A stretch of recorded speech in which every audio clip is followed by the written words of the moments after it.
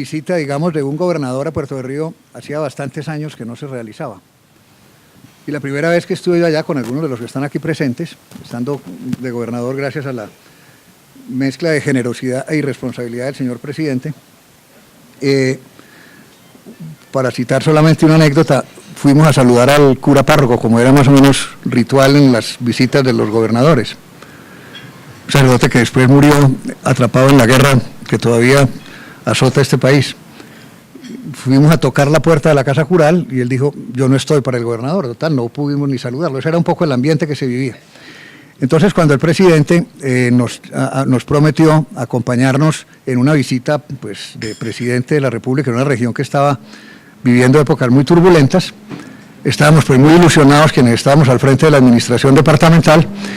Se habían preparado una serie de actos en Puerto de Río y en el proceso de desplazamiento del señor presidente de Bogotá a Puerto de Río le dan la noticia terrible del terremoto del Cauca y de Popayán. Por supuesto, cambió el rumbo de su viaje y se hizo presente como era natural en esta tragedia que azotó a esa comunidad. Los que estábamos allá pues nos quedamos, como se dice, con los crespos hechos, pero al mismo tiempo muy impactados como lo que para nosotros era un centro de prioridad, digamos, en la administración pública, también estaba rodeado en Colombia de otras necesidades y otras circunstancias muy difíciles. Finalmente pues tomamos el camino de regreso y nos reunimos, eso que si no estoy mal era un sábado o una cosa por el estilo, nos regresamos a Medellín y nos reunimos muy rápidamente con parte de ustedes para ver cómo se podía hacer algo para contribuir como Antioquia sin que tuviera el rótulo ni privado ni público en la solución del conflicto que se había desarrollado con esa tragedia. Este es un ejemplo, diría yo, de lo que hoy llaman pues alianzas público-privadas, porque muchas instituciones, básicamente todos los gremios de la ciudad en su momento, están aquí algunos de los que estaban en ese entonces, como Hernando, como Jorge Hernán, como Iván, que estaba en la bolsa, pues acudieron a ese llamado y entonces empezamos entre todos a ver cómo se podía concitar la solidaridad, no en Medellín, ni esa solidaridad entre comillas, que son 4 gatos que dan siempre las mismas donaciones, sino cómo se podía volver esto una causa con un contenido mucho más popular, donde los antioqueños en general nos hiciéramos solidarios con los caucanos que habían sufrido semejante tragedia. En general, pues esto se organizó muy rápidamente, hubo papeles muy estelares dentro de eso, como fue el que jugó el doctor Gilberto Echeverry, que en paz descanse, y otras personas que se vincularon de manera no solamente colectiva al proyecto, sino con todo su entusiasmo y con toda su energía. Hicimos unas convocatorias en los municipios, todos los municipios de Antioquia, no sé cuántos finalmente de los 120 que eran en esa época, o 124, participaron, pero todos participaron y llegaban pues los 100.000 pesos de Angostura, 80.000 de Toledo, que es más pobre que Angostura, que es casi imposible, y cosas de esta naturaleza. Tuvimos un contratiempo, que lo cuento como anécdota, quien era en esa época arzobispo y cardenal, cardenal fue un poco después, pero se iba a volver cardenal al poco tiempo, decidió que las donaciones que se consiguieran a través de la iglesia iban a estar orientadas exclusivamente a la rehabilitación de la Basílica y de la Catedral de Popayán. Entonces, en esencia, pues nosotros no competimos con esa causa, pero no recibimos ningún aporte, digamos, para este proceso. Resolvimos de una manera un poco pragmática y tal vez un poco inequitativa, que en vista de que, digamos, la solidaridad de la comunidad católica antioqueña pues, se había orientado exclusivamente a Popayán, una parte que hay que contar antes. Lo primero que vimos era más o menos cuánto se podía recolectar entre todos.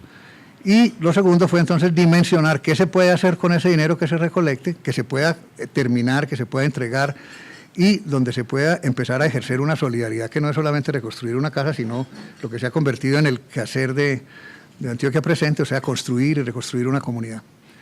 Bueno, finalmente lo que quiero para terminar el cuento del cardenal, en esa época arzobispo, pues resolví, bueno, en vista de que todo el dinero de la iglesia se va para Popayán, pues en Cajibío no habrá con qué hacer la iglesia. Y finalmente nunca estuvo la iglesia en el proyecto inicial. Pero nos llenó el corazón de solidaridad porque el curita de Cajibío era un hombre muy humilde, muy simple, y decía, yo no tengo la culpa de que las jerarquías se me lleven la platica. Entonces finalmente se hizo un cambio pues, de asignación y se le hizo la iglesia al Padrecito. Esto para contar un poco el ambiente en que esto se desarrolló. Como muchas de las iniciativas humanas surgen alrededor de una emergencia como fue la catástrofe del Cauca, surgen con un ánimo, llamémoslo, un poco de corto plazo, es decir, cómo se puede orientar la solidaridad de una región para apoyar otra, que era parte también del discurso del señor presidente.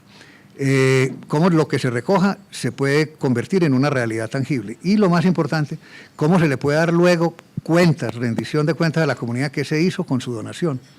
Y eso yo creo que ha sido una constante de Antioquia Presente. O sea, cualquier trabajo que terminen, lo primero que se hace es presentarle a las personas que lo han apoyado para que vean cómo se ha manejado con pulcritud, con eficiencia, con productividad, con un sentido pues que desborda más aún. Ella nos contaba que esta casa, pues nadie pensaría que pudieran haber hecho negocios inmobiliarios como estos pues hace 30 años. Bueno, para terminar, en mi parte, estaba todavía muy fresco el tema de Cajibío, cuando vino la tragedia de Armero. Entonces Antioquia por el Cauca empezó, digamos, a cambiar de geografía.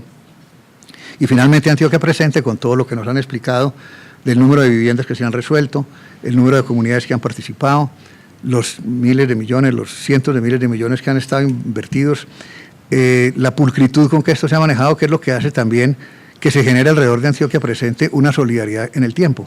Que Antioquia Presente es un demandante, digamos, de solidaridad cuando hay cualquier emergencia, que tiene las puertas muy abiertas y tiene respuestas generalmente muy expeditas, porque ha sido, en 30 años, el mejor ejecutor, digamos, de lo que es esa solidaridad.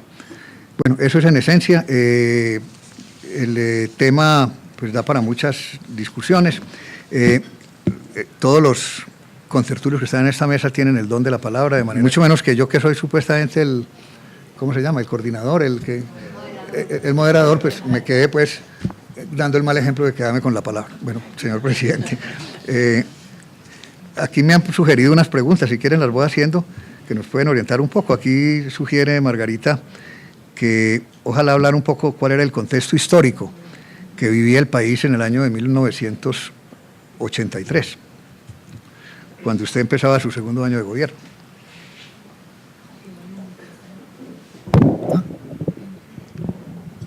Sí suena, yo no.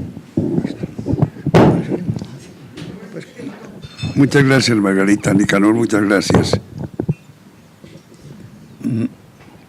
La verdad es que yo siempre consideré que el nombre de Antioquia Presente era una redundancia. Era más o menos como una aproximación a un pleonasmo, a un uñero en una uña.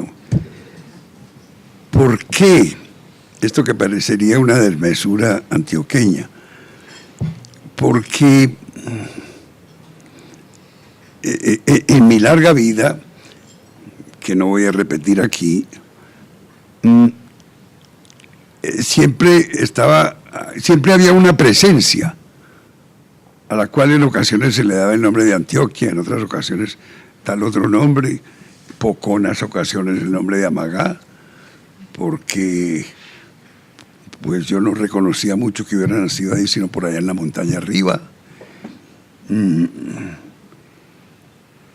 entonces encontraba la presencia de Antioquia o de algo antioqueño, siempre. Entonces me parecía que mis padrinos de bautismo, de confirmación, de todo, era Antioquia.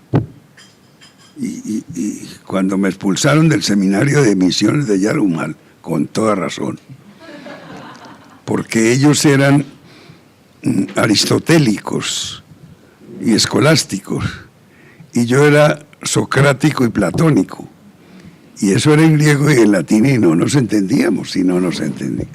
Hasta cuando el rector, que era antioqueño, me dijo, como hablamos en la intimidad, hombre, ¿vos qué estás haciendo aquí? Si vos no tenés vocación. Y pues lo mismo me pregunto yo, ¿qué estoy haciendo aquí? Yo no sé qué estoy haciendo aquí. ¿Por qué no te vas para tu casa? Reverendo padre, yo no tengo casa. Eso se acabó con la arriería, el ferrocarril de un pariente de Nicanor, el doctor Carlos C. Restrepo. Le tenemos el nombre de la estación a donde llegaba en mi infancia, la estación de Camilo C. El ferrocarril siguió y fue derogando los arrieros de por aquí del camino, lo que encontraba lo arrasaba y encontraba otros arrieros. Entonces yo no tengo casa. Entonces, ¿qué vas a hacer, reverendo padre? Estudiar. ¿Y cómo? Ya veremos cómo, reverendo padre. Y todo era reverendo padre. El cura que me expulsó y yo seguimos siendo muy amigos toda la vida.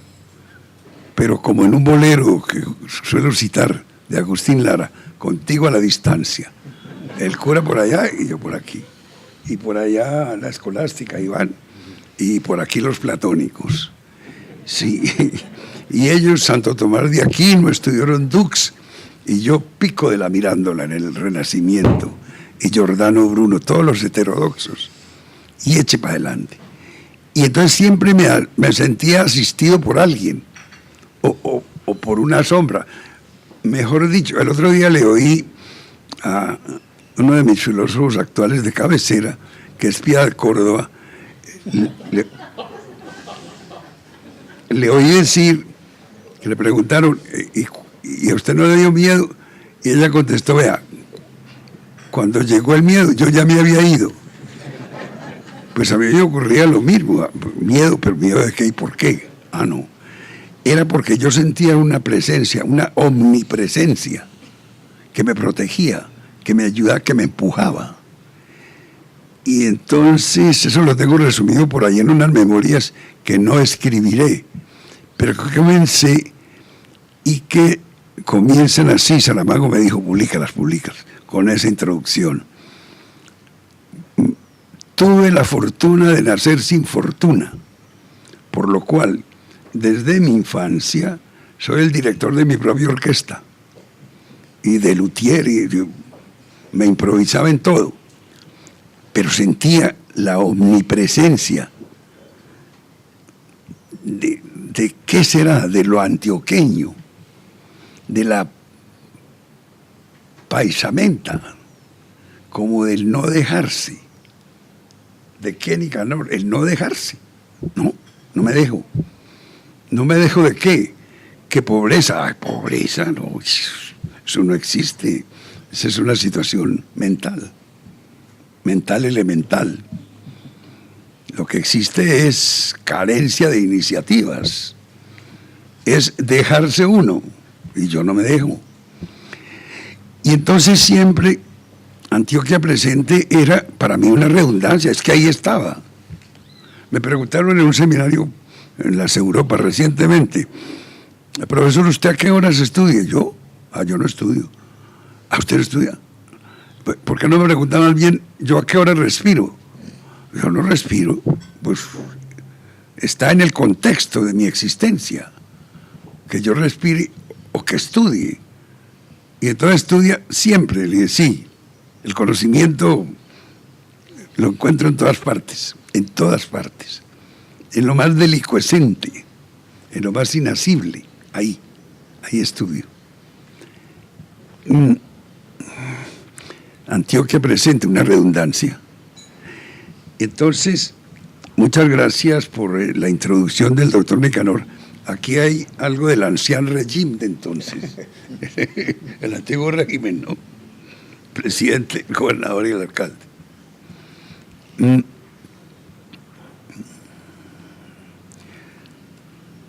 Y soy en parte fundador de Antioquia Presente, porque yo ponía los primeros problemas que inducían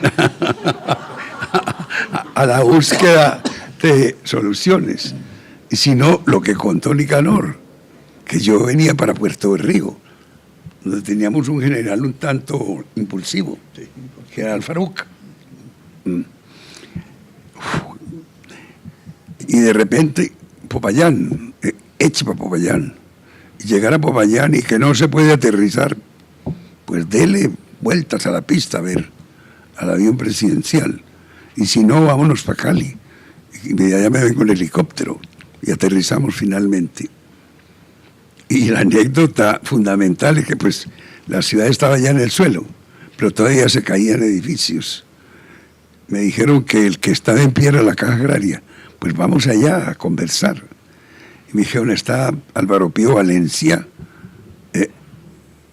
comunista, confeso, decano de la Facultad de Derecho de la Universidad de Popayán, y estaba en Belalcázar, en la Casa Valencia, adentro. Y no quería salir, porque decía, estos son los dioses que por fin se apiadaron de Popayán y están castigando a estos autores de la esclavitud, a los esclavizantes de los negros y tal. Y me dicen, está Álvaro Pío vociferando contra la sociedad de Popayán, la aristocracia, es decir, contra su propia alcurnia. Y fui a tocarle con palmar, Álvaro, soy Belisario, Álvaro. Ay, presidente, siquiera los... Sí, pero es que camina, conversemos, que tengo un problema aquí en la Caja Agraria. Y salió, y claro, no lo dejamos entrar más, para que los dioses que él invocaba no lo pillaran adentro.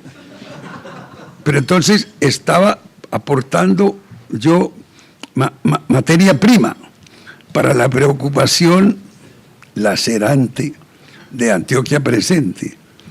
Ahí estaba Antioquia, Nicanor. Como que Antioquia oyó primero las campanas de Popayán, que sollozaban. Por otra parte, estábamos en vísperas del Festival de Música Religiosa, y yo había puesto todo con tal de que incluyeran unas cantatas de Bach. Y luego, Armero. Y entonces Armero, más material de obsesión para la redundante Antioquia presente. Y lo que esa redundancia, esa presencialidad ha servido en 30 años, es lo que nos contar Margarita. Y es algo que cuantificado, no solamente cualificado, sino cuantificado, desborda toda ponderación. Entonces me siento muy honrado de estar aquí con el antiguo régimen, oyendo las redundancias tan hermosas, tan constructivas de Antioquia presente. Muchas gracias, presidente. Hay una pregunta aquí que es para todos los que están aquí en esta mesa. Cuando ocurrió lo del terremoto, ¿dónde estaban ustedes? ¿Cómo convocaron sus respectivos gremios o sus respectivas funciones del Estado, como el caso de la Alcaldía de Medellín, donde las empresas públicas jugaron un papel importantísimo en el diseño y en la estructuración del programa de Cajibío?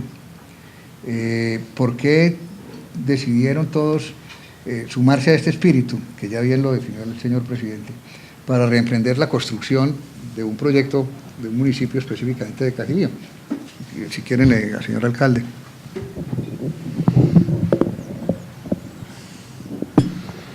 A ver, Ricardo, yo voy a hacer un esfuerzo por recordar, porque tengo medio perdido la memoria en ese momento, de ese momento. A mí lo que me parece importante de lo que ocurrió no es que aquí se hubieran reunido unos ciertos visionarios que miraron hacia el futuro, qué era lo que había que hacer. No, eso fue la respuesta a una urgencia inmediata que convocó esa solidaridad que se produce en el ser humano en el momento en que la desgracia ocurre. Y a mí lo que me parece que el resultado de por qué estamos acá fue porque se hicieron bien las cosas desde el inicio. Porque afortunadamente detrás de ese proyecto nunca jugaron intereses de carácter político que fueran a enrarecer el manejo de esa... No, sabemos muy bien quién era el presidente, quién era el gobernador y cómo efectivamente las únicas cosas que los movían de verdad era cómo uno desde el Estado es capaz de liderar procesos que tiendan a resolver coyunturas inmediatas o a tratar de modificar estructuras que resuelvan hacia adelante efectivamente. Y eso era lo que guiaba el gobierno del presidente Betancur, lo que guiaba efectivamente la gobernación. Y eso fue lo que pasó. O sea, se hizo se aprovechó la oportunidad de una emergencia que despertó inmediatamente la solidaridad, se tomó eso con esa idea de ser capaces desde el Estado de producir los mecanismos que permitieran ayudar, y se hicieron muy bien las cosas desde el inicio. Y el hecho de hacer muy bien las cosas fue lo que permitió posteriormente ir replicando. No solamente se hicieron bien, sino que se aprendieron a mejorarlas, se crearon procesos. Siempre fuimos, nosotros, yo me acuerdo de ser el primer sorprendido de cómo, sin experiencia previa, Antioquia, por el cabo, que en ese momento fue capaz de liderar en la forma como lo hizo, unas soluciones buenísimas para resolver la emergencia en ese momento. Y eso es efectivamente lo que me parece importante a mí, cómo las instituciones que nacen y que perduran en el tiempo son el resultado de algún hecho fortuito que aparecen ahí, y si se hacen bien las cosas, ellas son capaces de perdurar. Eso es lo que yo creo. Muy bien, muy bien. Gracias. Muy bien, El doctor Iván era en su momento presidente de la bolsa.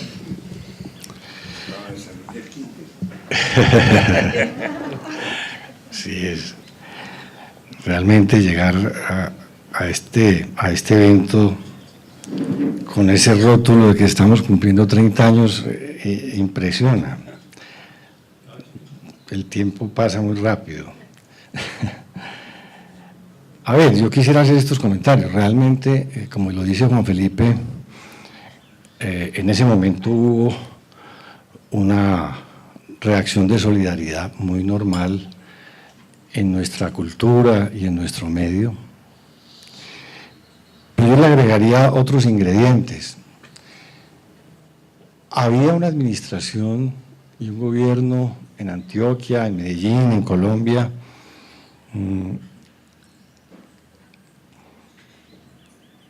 que invocaban unos ideales de transparencia, de civismo, que generaban mucha confianza en la comunidad, en el sector privado, en la gente.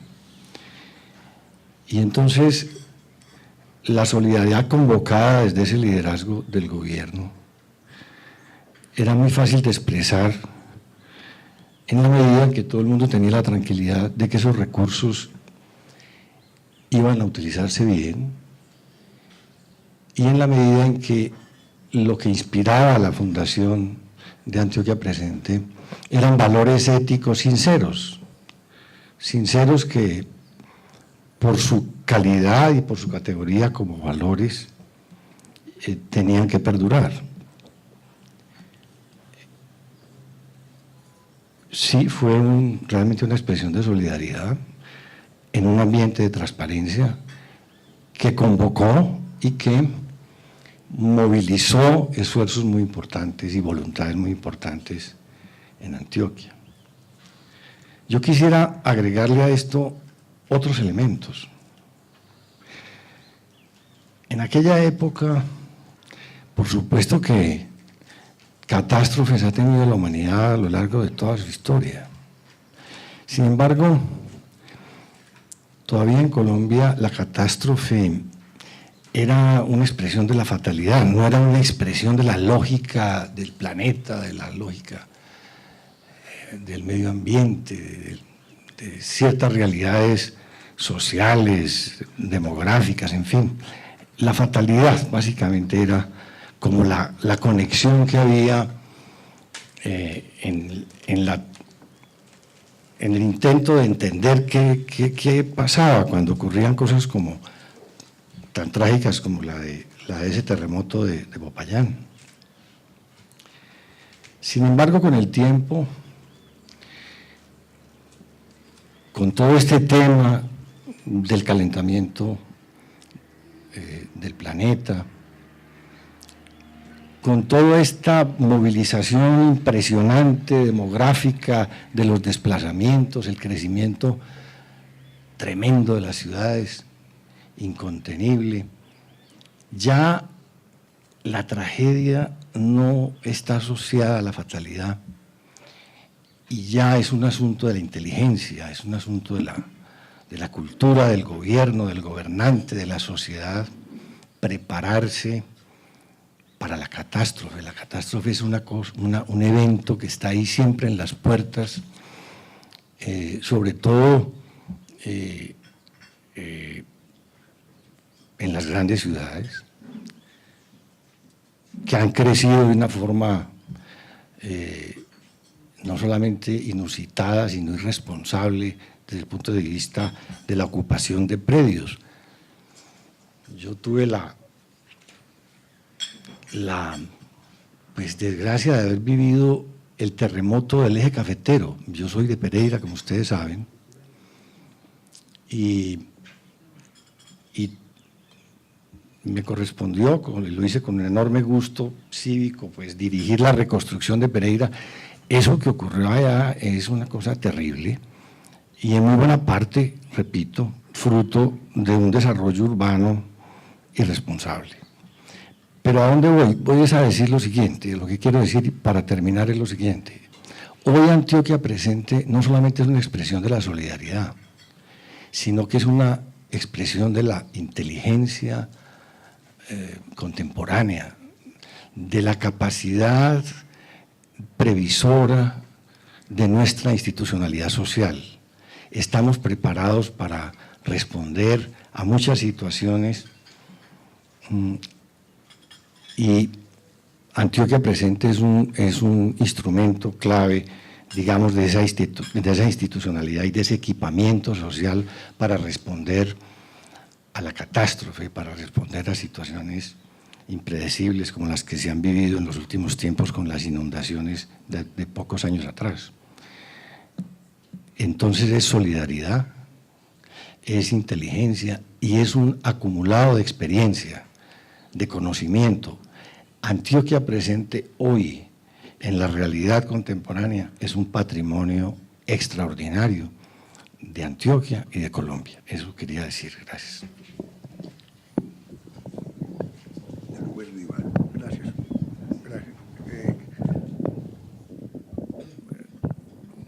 ¿Será que esto se puede jalar un poquito?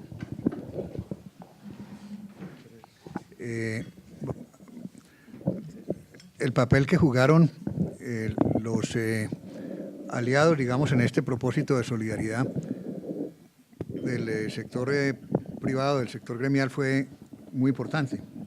Entre otros, la Sociedad de Arquitectos, que dirigía en su momento el doctor Hernando Botero, lo mismo que Camacol, en su momento dirigida por el fallecido arquitecto Julio Espina. Yo no recuerdo si la Sociedad Antioqueña de Ingenieros participó o no en esto, también.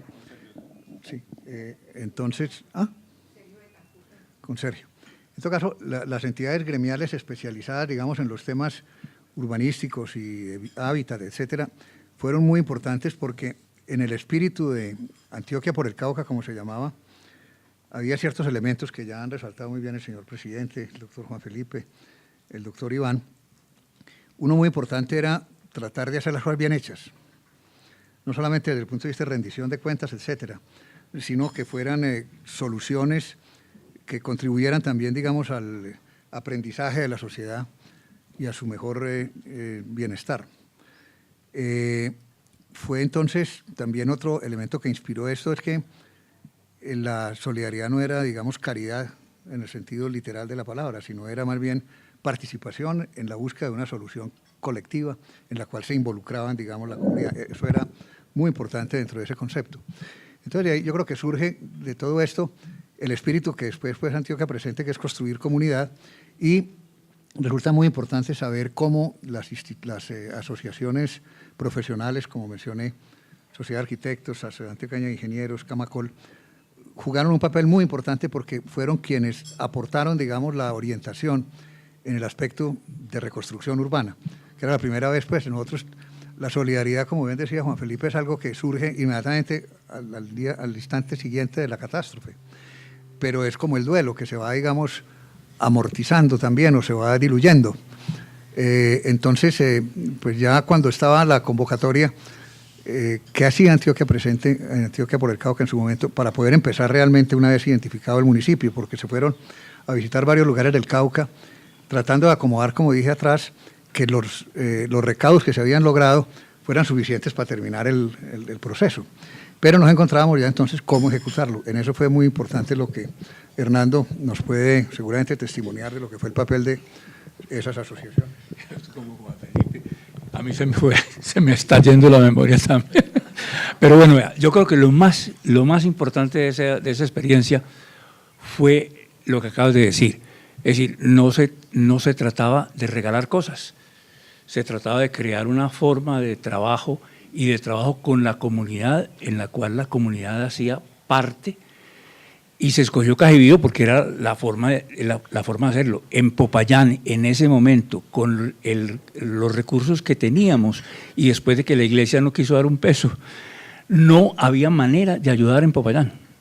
Entonces, pero en un municipio adyacente, Cajibío, se encontró una serie de circunstancias que nos permitían que los recursos que se habían recogido se pudieran emplear siempre y cuando la comunidad la apoyara, y efectivamente así sucedió. La mano de obra la puso toda la comunidad, se creó un sistema bastante original en el sentido de que a la gente que trabajaba allá se le pagaba con bonos de mercado para que pudieran después cambiarlo y poder tener acceso pues a su subsistencia, porque en Cajibío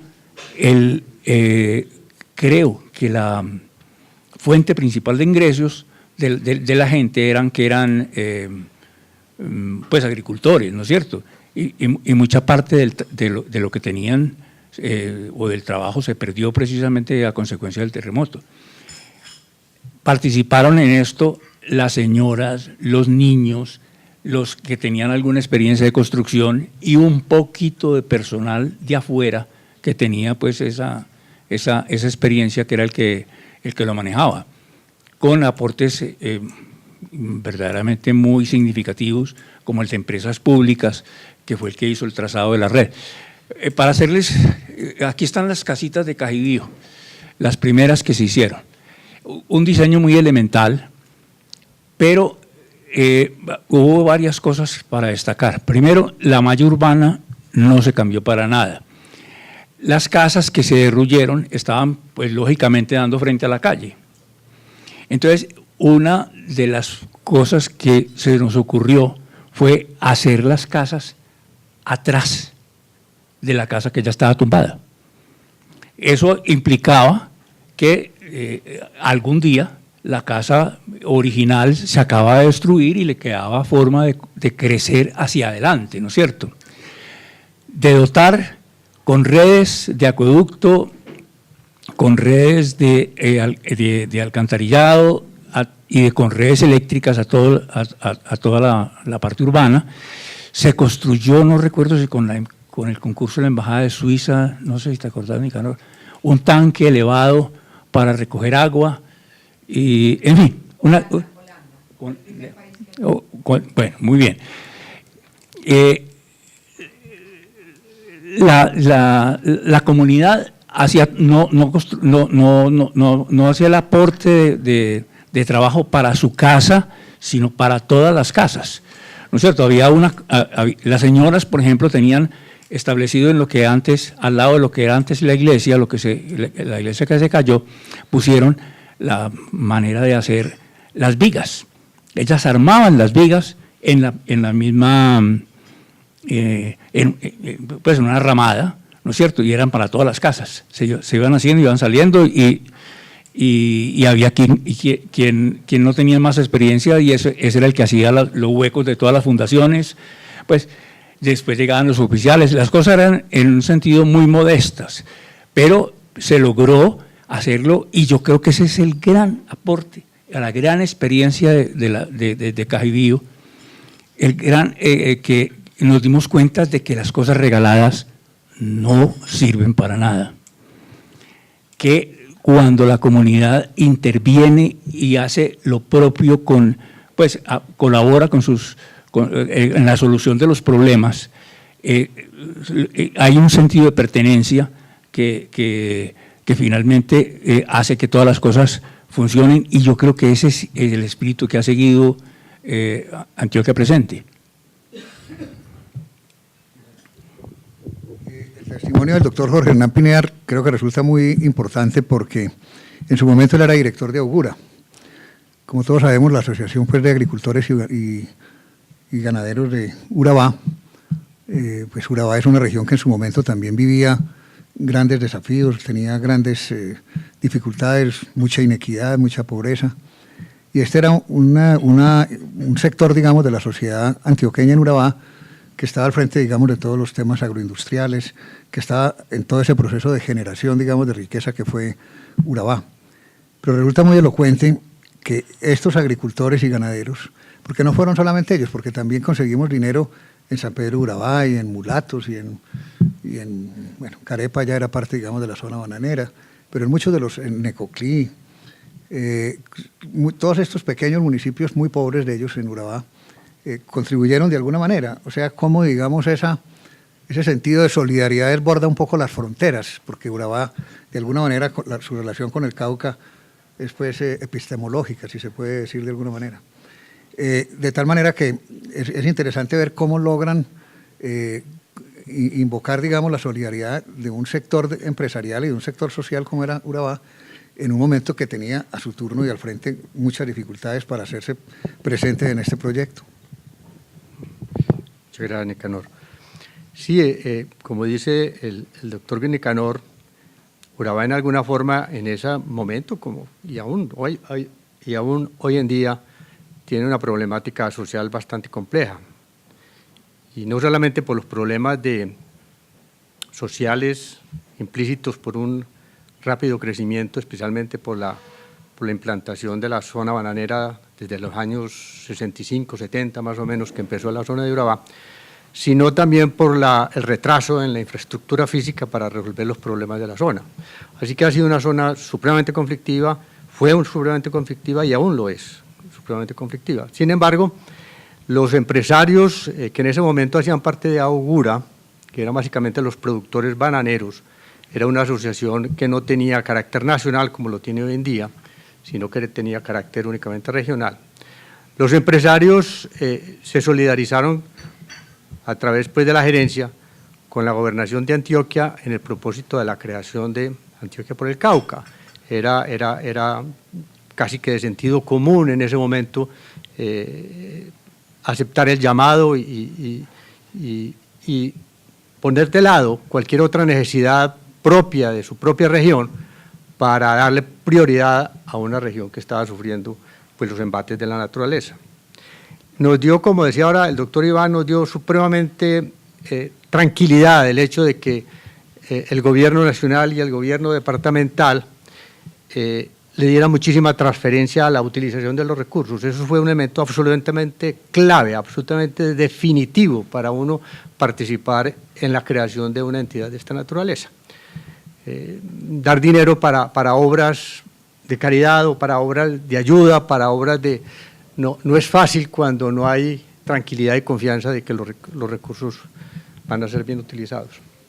Pero yo quisiera además traer a colación un poco más de la experiencia con Augura, una experiencia personal que tuve inmediatamente después de terminar mi labor en Augura. Me llamó el doctor Alberto Vázquez Restrepo, que fue gobernador de Antioquia a continuación del doctor Nicanor, a colaborarle en su gobierno como asistente de él.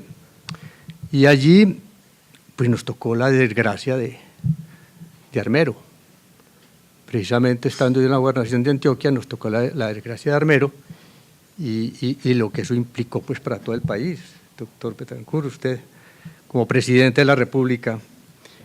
Y eso nos llenó el gobernador Alberto Vázquez, lo primero que hizo el día que se supo de Armero, a las 7 de la mañana fue montarse en el helicóptero de la gobernación e irse para Armero a ver qué es lo que había pasado.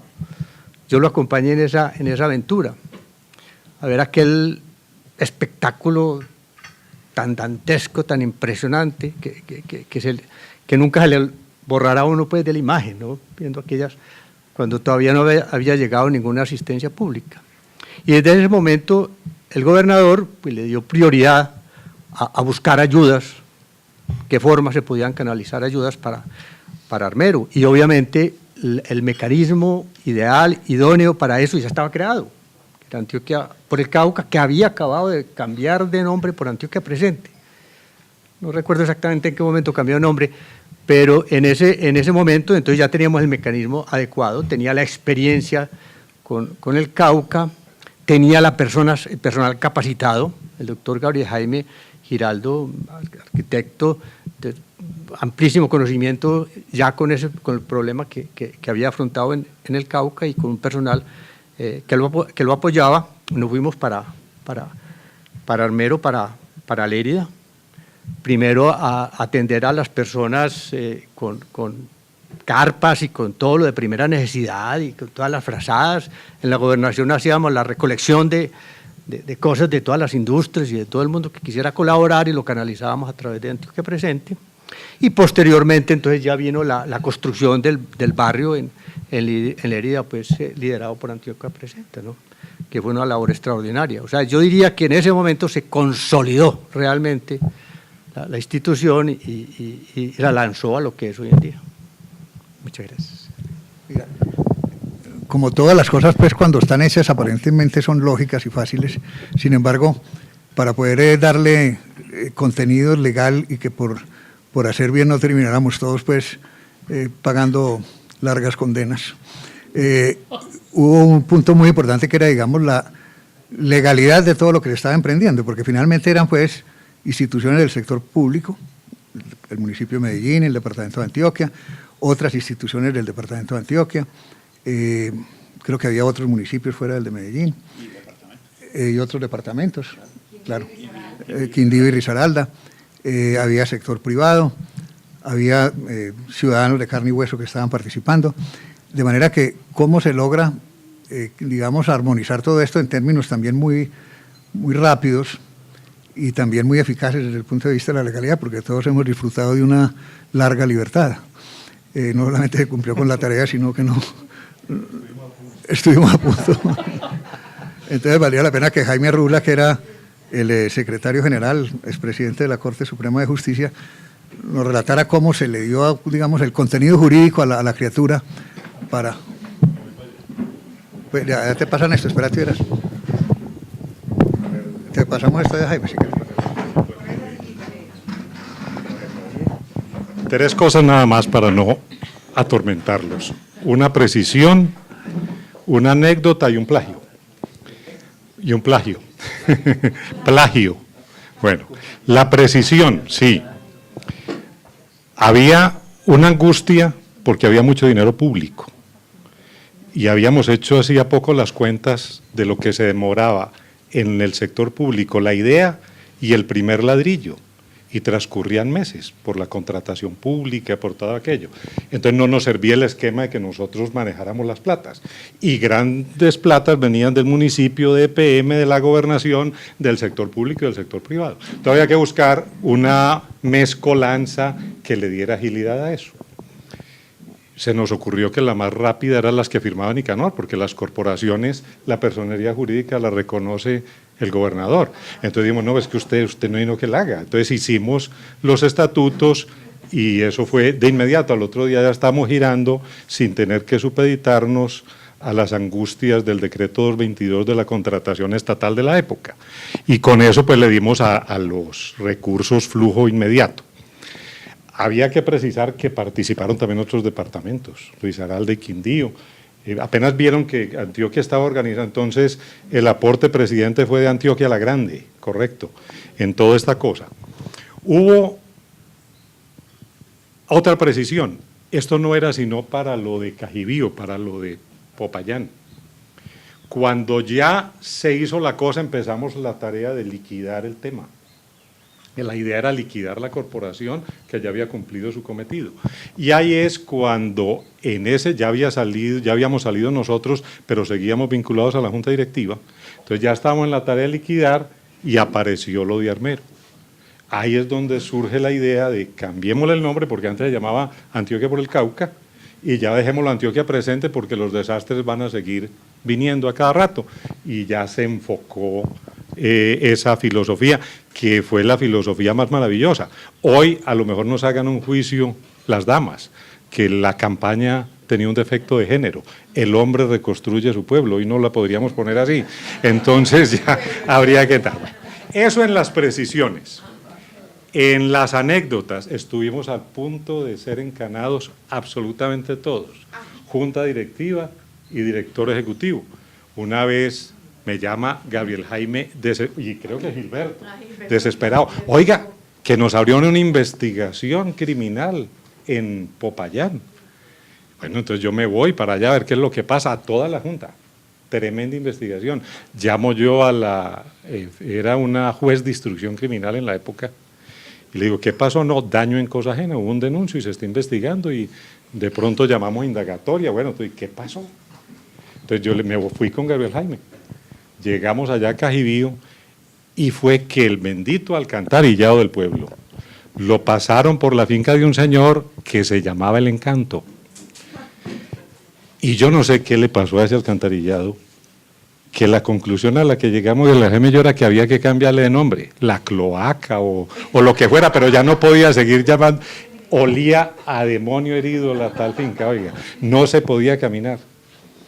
No, aquí nos llevó el carajo, aquí hay daño en cosa ajena, aquí nos van a meter, esto hay que arreglarlo pues, pero ahora viene la fiscal y ¿qué le vamos a decir? La jefe de instrucción criminal. De cómo la providencia también colabora, llegó esa señora con una gripa, pero la más horrible, y no olía nada. Pedimos, este es el tiro, no la llama a la inspección judicial, y llegó la señora y hizo la inspección, pero esto no huele a nada huele, correcto. La señora levantó el acta y cerró la investigación y no pasó nada. Pero si esa señora no hubiera tenido gripa, todavía no habíamos salido de la cárcel ni nada. Bueno, y lo tercero es el plagio. El plagio es que estaba yo de secretario jurídico de la Presidencia de la República por allá cuando ocurre lo de el eje cafetero.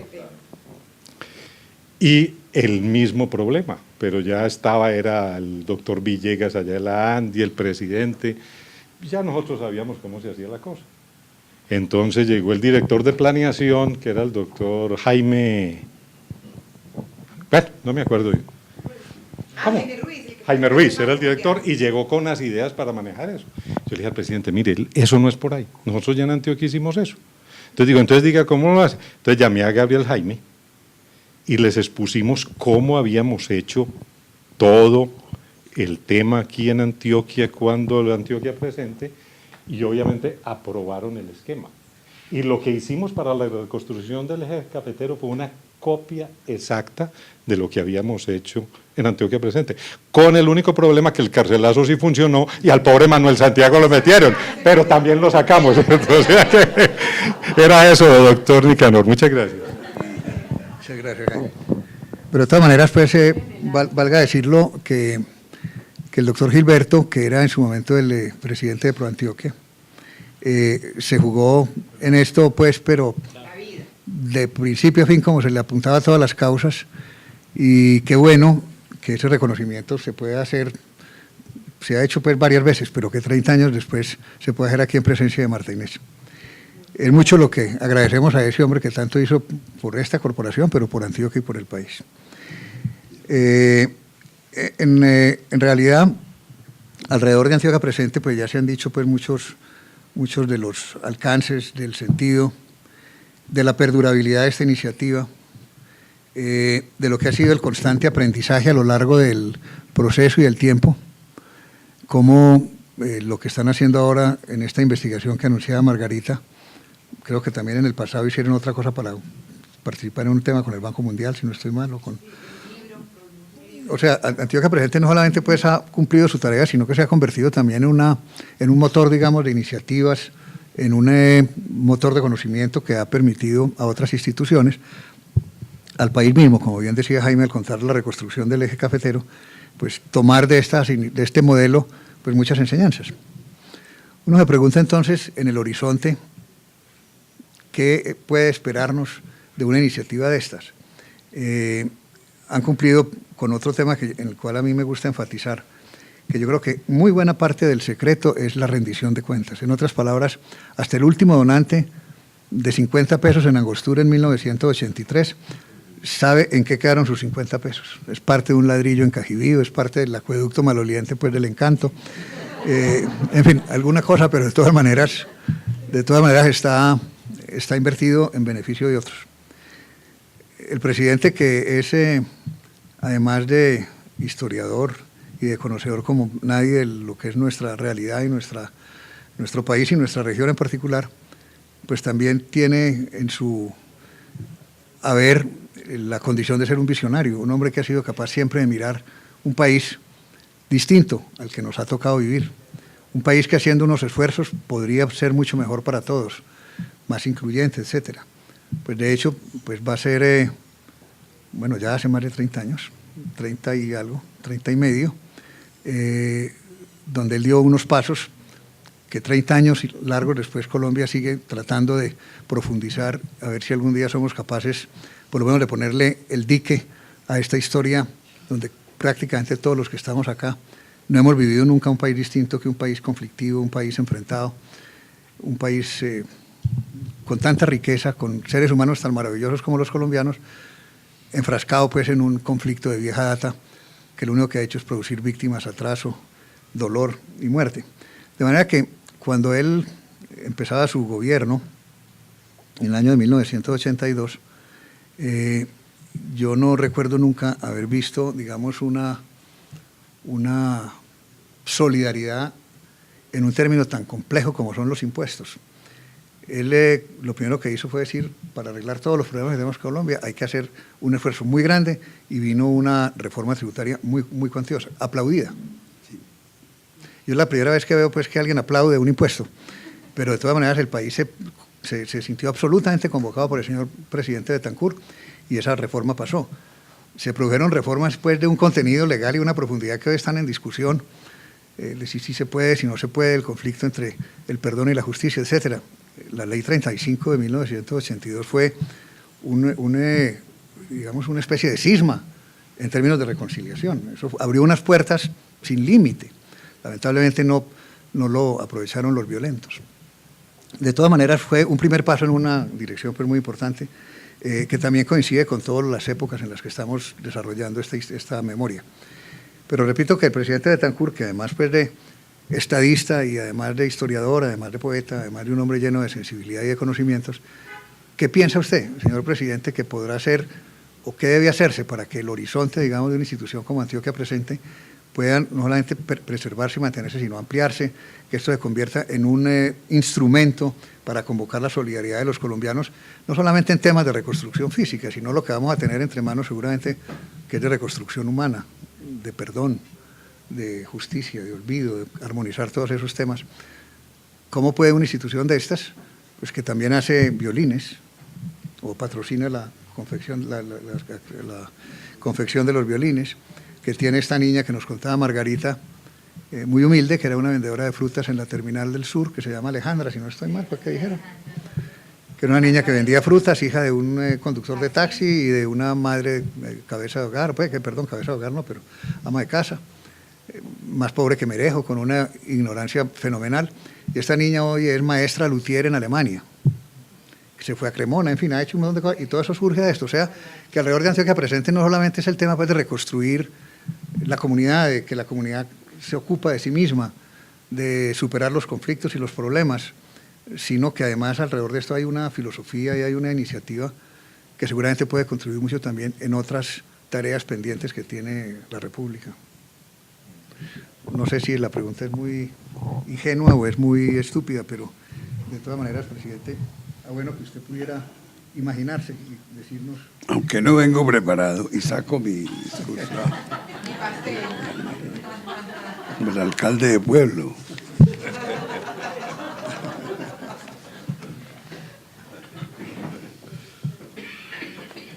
Hace algo más de 100 años, un colombianito de extracción muy breve, muy humilde, dijo en un discurso que el destino de la humanidad es progresar padeciendo. Progresar padeciendo. Ese gerundio no es galicado. Lo más difícil en el manejo de la lengua española no es el que galicado, es el gerundio galicado. Yo enseño de eso por ahí. El destino de la humanidad es progresar padeciendo. Bueno, que nos lo pregunten a los colombianos. Si padecemos, pero si progresamos, si avanzamos, a pesar de todas las dificultades, parecería que nuestro destino está, como decía Iván, inscrito en la pesadumbre. Manuel Mejía Vallejo, el gran Manuel Mejía, se inventó una palabra muy bella, soledumbre, y publicó un libro de poemas que se llama Soledumbres. La palabra no existe en el diccionario de la lengua, pero es muy bella y muy expresiva porque quiere decir al mismo tiempo que soledad, pesadumbre, pero que la complementación, el hecho de que estén unidas, le quita pesadumbre a la soledad y soledad a la pesadumbre. Un poeta chileno había hecho algo parecido hace muchos años, César Vallejo.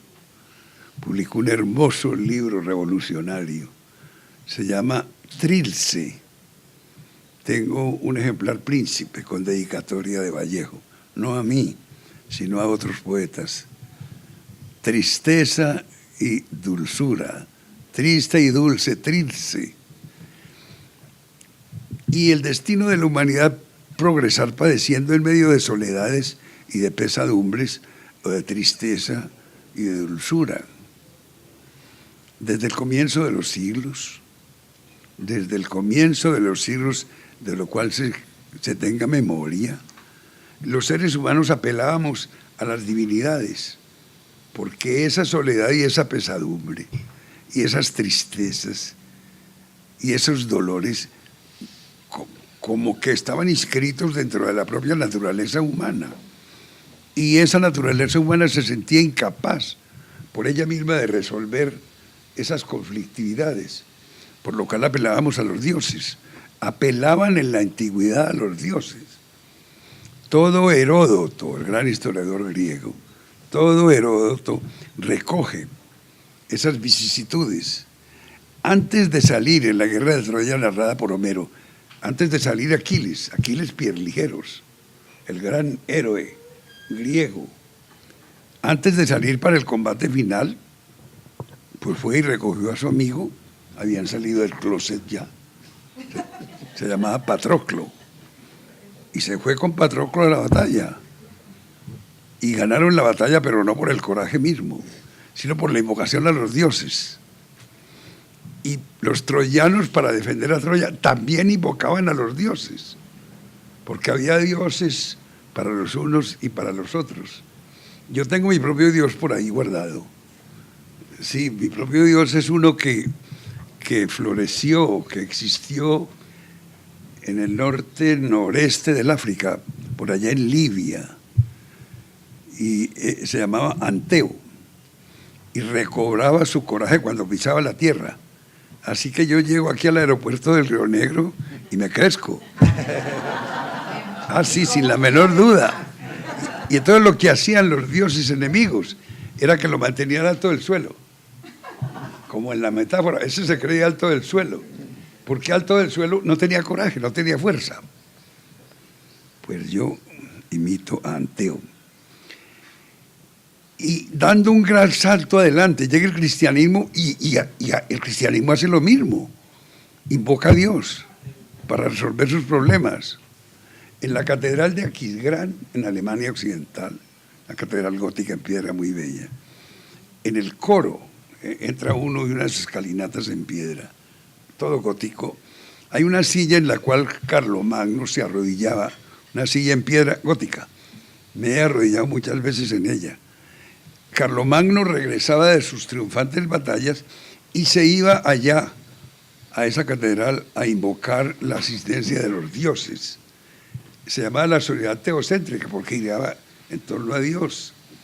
Y lo que dice la historia es que los dioses llegaban, o Dios, en forma del Espíritu Santo, lo iluminaba, él les pedía las leyes, que por tanto eran las leyes de Dios, y regresaba a las batallas. Pero fíjense que también invocábamos a Dios y las leyes que expedía eran las leyes de Dios. hasta cuando llegaron unos atravesados vagos de Escocia y en Edimburgo, allá en el palacio, donde los Estuardos, en el castillo, y allá hay estatuas de ellos, y se pusieron a pensar y a decir, no, dejemos tranquilo a Dios, a la divinidad, dejémoslo a la divinidad para los temas que tienen que ver, que conciernen a la divinidad, el destino del alma, etcétera, etcétera. Ahora, las cosas de aquí en este mundo traidor, resolvámoslas nosotros. Y resolvámoslas nosotros porque nosotros tenemos uso de razón. Nació el racionalismo, ahí, con esos filósofos. Hume, Jeremy Bentham, entre otros. Y ese racionalismo pasó el Canal de la Mancha y llegó a Francia.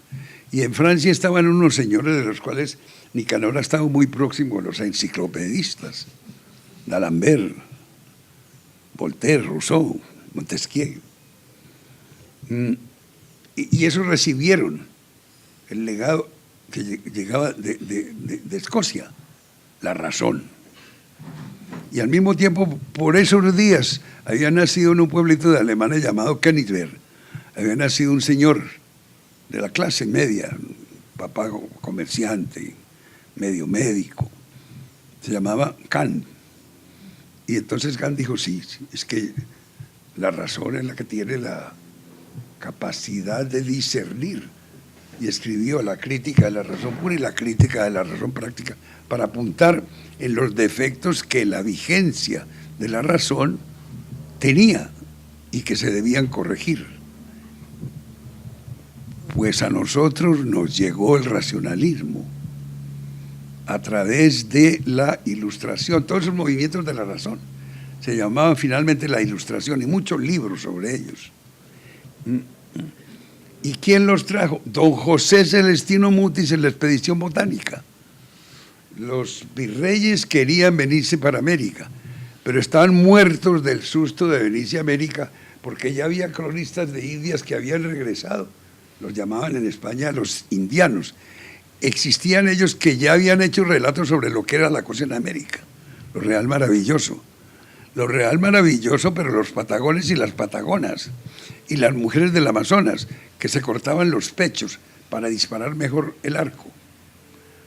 Y todo esto narrado por un tal Pigafetta. Y aparecía en el Quijote. El Quijote salió en la primera parte en 1605 y la segunda en 1615. Y entonces ya se leían todas aquellas tragedias. Llega don José Celestino Mutis, trae la Real Expedición Botánica y empieza a enseñar ciencia.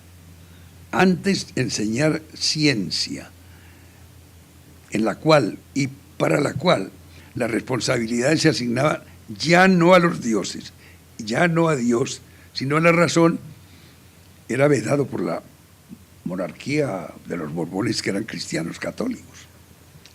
Pues don José Celestino Mutis, en las clases que daba en San Bartolomé, en Bogotá, abogaba por la razón. Y de pronto lo iban a piñar y se escondía. Y hacía unas afirmaciones escolásticas, ponía a pelear a Newton y a Pitágoras en una cátedra en la Universidad de San Bartolomé, el Colegio de San Bartolomé y la Universidad del Rosario. Todo esto, qué cháchara tan larga, ¿no? Es que se me raya el disco y me pongo a girar como los esclavos en la noria, con el disco rayado. Todo esto para concluir que, aunque las pesadumbres, Iván Marulanda, como que tienen cierta atadura a unas vertientes del ser humano, el ser humano tiene en sí implícitas unas potencialidades que no hay quien lo detenga con tal de que se trace una disciplina. Ahora les comentaba que recientemente en una cátedra en Europa me preguntaban, ¿usted a qué horas estudia, profesor? Yo no estudio. Es como si me preguntaran, ¿usted a qué hora respira? Pues yo creo que no respiro, o respiro a toda hora. Pero lo mismo es estudiar. Se está. No hay que decir, ahora voy a estudiar. Eso tiene su época, pero esa época se trasciende. Y yo voy de aquí, por ejemplo, aprendidísimo. Y vine a estar, no a estudiar, pero me voy, estado y estudiado. Porque está implícita en la disciplina del ser, en el ser humano mismo, en el cómo se es, como esa libélula de la existencia que flota por ahí, donde quiera, cómo se enriquece y cómo se decanta, cómo se enriquece y cómo se multiplica y cómo se desnutre, cómo se simplifica cuando se divide, pero cómo en definitiva es el rey de la creación. Durante muchos años me la pasé yo de tonto, de sabiondo, diciendo de Dios o de los dioses, que nos castigaron a los colombianos con 3 cordilleras de los Andes. Ya habían castigado a Chile con una, al Perú con una, a Bolivia con una, a Ecuador. Y llega a territorio colombiano la cordillera de los Andes y se convierte en 3 cordilleras. ¿Qué les hicimos a los dioses? Al cabo de los años, mi tontería se transmutó en conocimiento. El conocimiento siempre, siempre, siempre es creativo. En conocimiento y en reconocimiento, Nicanor, los dioses nos aman tanto que al llegar a Colombia la cordillera de los Andes se divide en 3. Y por entre esas 3 van unos ríos que nos dan desde Guadalupe y Guatapé hasta Ituango ahora. Y nos potencian para exportar energía eléctrica de origen hídrico, la más barata, lo que ya estamos haciendo. Antioquia Presente es la esencialidad, la virtualidad del ser humano, de esta tierra o de cualesquiera otras tierras, que no les regateamos a otros, que se digan también antioqueños como nosotros, en donde transmutamos las dificultades. En lo que Antioquia Presente, según pensé desde el principio, que me resultaba una redundancia, porque en mi vida, ya saben cómo ha sido esa vida, siempre me he sentido asistido por alguna Antioquia. Ahí estaba alguna Antioquia presente. Luego no es redundante, sino situante, actuante, vivificante. Congratulaciones, Margarita. Congratulaciones a los fundadores y mantenedores de Antioquia Presente. Y el camino está señalado y el campo casi todo por hacer. Muchas gracias.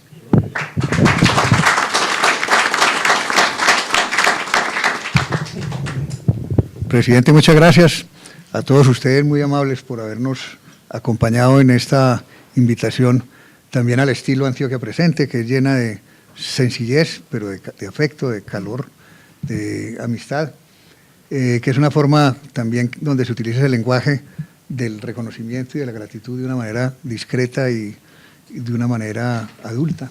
De manera que muchas gracias, señor presidente, muchas gracias a usted que tuvo la gentileza y la generosidad de venir desde Bogotá hoy a compartir con nosotros el almuerzo y esta tertulia, y a todos ustedes por su compañía, muchas gracias.